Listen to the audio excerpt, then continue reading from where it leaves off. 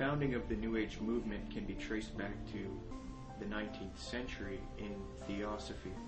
This is the group that largely popularized this belief that we are heading out of the age of Pisces and into the astrological age of Aquarius, which to them will be an age of unity of humanity, an age of enlightenment, a spiritual age of consciousness, so to speak.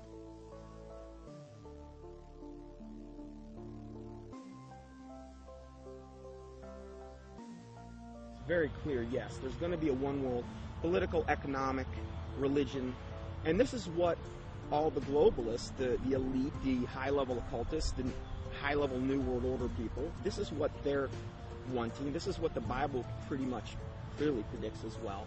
And this is obviously what we're moving to. The Freemason and One World Government advocate Zbigniew Brzezinski said the following in his work Between Two Ages, quote, "The technotronic era involves the gradual appearance of a more controlled society. Such a society would be dominated by an elite, unrestrained by traditional values. Soon it will be possible to assert almost continuous surveillance over every citizen and maintain up-to-date complete files containing even the most personal information about the citizen." This admitted New World Order agenda to create a one-world government that rules over humanity is not only political, it is also spiritual and based on what is known as the New Age. This can be verified with irrefutable documentation. Most of the Christians doing this kind of work have been silenced, so I set out across the border to speak to the few researchers that are still left. There are not many researchers left who have not been deceived by the New Age. Speaking with these people helped confirm my position even more. The New World Order exists. The elite are occultists who adhere to New Age doctrines, and they are responsible for this new trend of discrediting Christianity, Jesus Christ, and the Christian New World Order researchers. There is a voluminous amount of data that I have obtained in my research on this subject, but after watching this production, do not believe me. Don't believe a word of what I'm saying. Do your own independent research and verify this for yourself.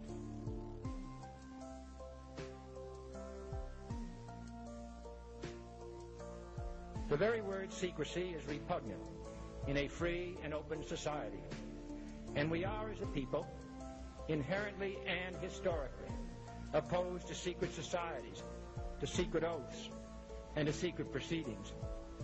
For we are opposed around the world by a monolithic and ruthless conspiracy. Here's the way they look at it. Here's their metaphor.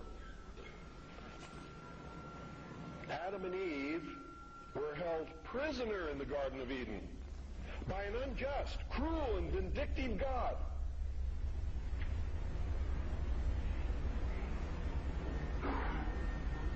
Until Lucifer, through his agent Satan, set man free from this garden by giving him the gift of intellect. Through the use of intellect, man will conquer the earth, will conquer nature, and will himself become God. It's taught in every Masonic temple in this land.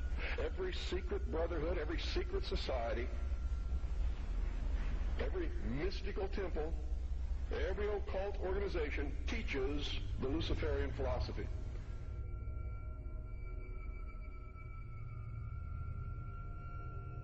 To understand the New World Order and the New Age worldview, we must go back into history and examine its origins. But first we must define our terms. By New Age, I am speaking about a worldview that has many facets and components, such as astrological and zodiacal beliefs in the New Age concept, channeling higher powers to achieve knowledge, meditation, the belief that all is one or forms of monism, the belief that we can attain godhood, esotericism, or in other words, reinterpreting ancient texts to find hidden meanings and unify all religious belief into one, the belief that we need a one-world system for the coming age of Aquarius. By New World Order, I am talking about a political agenda to create a one-world system, one-world government, one-world economy, unity of humanity into one organism, control over humanity, and submission of the masses. but today the largest countries of the world have agreed a global plan for recovery and reform, I think a new world order is emerging, and with it the foundations of a new and progressive era of international cooperation. To understand what is going on today with respect to the New World Order and the New Age movement, we must have recourse to the 19th century organization called the Theosophical Society. This organization in particular, among others, is largely responsible for the modern New Age movement and the political doctrine known as the New World Order. The founder of this organization was a woman named Helena Petrovna Blavatsky.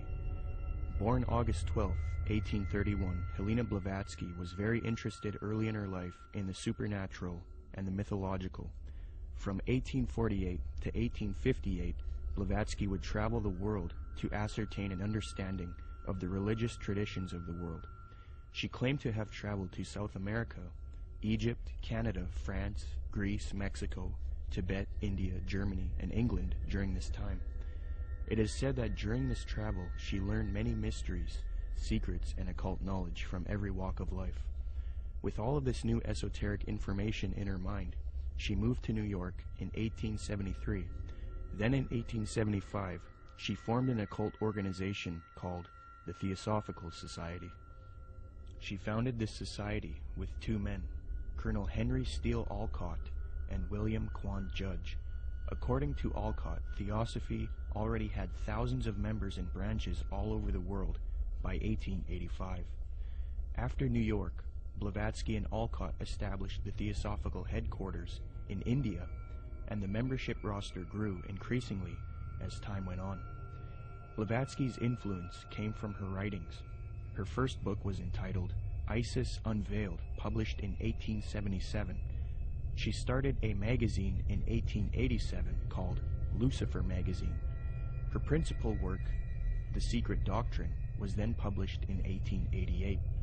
She then wrote The Key to Theosophy and The Voice of Silence. These works are now famous, and contained in these writings are the doctrines that helped mold the New Age movement to what it is today. It is said that part of Blavatsky's book, The Secret Doctrine, was channeled to her through an ascended master or highly evolved being called Kuthumi, who spoke to her. Belief in these ascended masters who communicate to humanity is very crucial when studying the New Age. We will look at that doctrine later. The age concept that says humanity is leaving the age of Pisces and entering the golden era or age of Aquarius was popularized by Blavatsky. She taught Theosophists, at any rate, some of them who understand the hidden meaning of the universally expected avatars, messiahs, socioshis, and Christs, know that it is no end of the world, but the consummation of the age, i.e. the close of a cycle, which is now fast approaching. Again, the messianic cycle of the man connected with Pisces. It is a cycle, historical, and not very long, but very occult, lasting about 2,155 solar years. It occurred 2,410 and 255 BC, or when the equinox entered into the sign of Ram, and again into that of Pisces. When it enters in a few years the sign of Aquarius, psychologists will have some extra work to do, and the psychic idiosyncrasies of humanity will enter on a great change. These Theosophists teach that Jesus was simply a representation of the age of Pisces, and that he was an initiate into the mystery schools, or cults of spiritual teachers and masters. They teach people that the new age of Aquarius is going to be that of a utopia, where the world unites into a one-world system, the exiting out of Jesus' age, and the entering into a new world teacher's age. They say each age is accompanied by a great world teacher, be it Buddha, Jesus, etc. So for the advent of the age of Aquarius, they claim a new world teacher will guide humanity into it. Blavatsky was reluctant to fuse these theosophic beliefs with politics, however. Nonetheless, she still advocated monism and a one-world brotherhood, or uniting, of mankind. In Blavatsky's book, The Key to Theosophy, she lists three main goals of theosophy: universal brotherhood of humanity without distinction of race, color, or creed; to promote the study of the world's religions and to investigate the hidden mysteries of nature.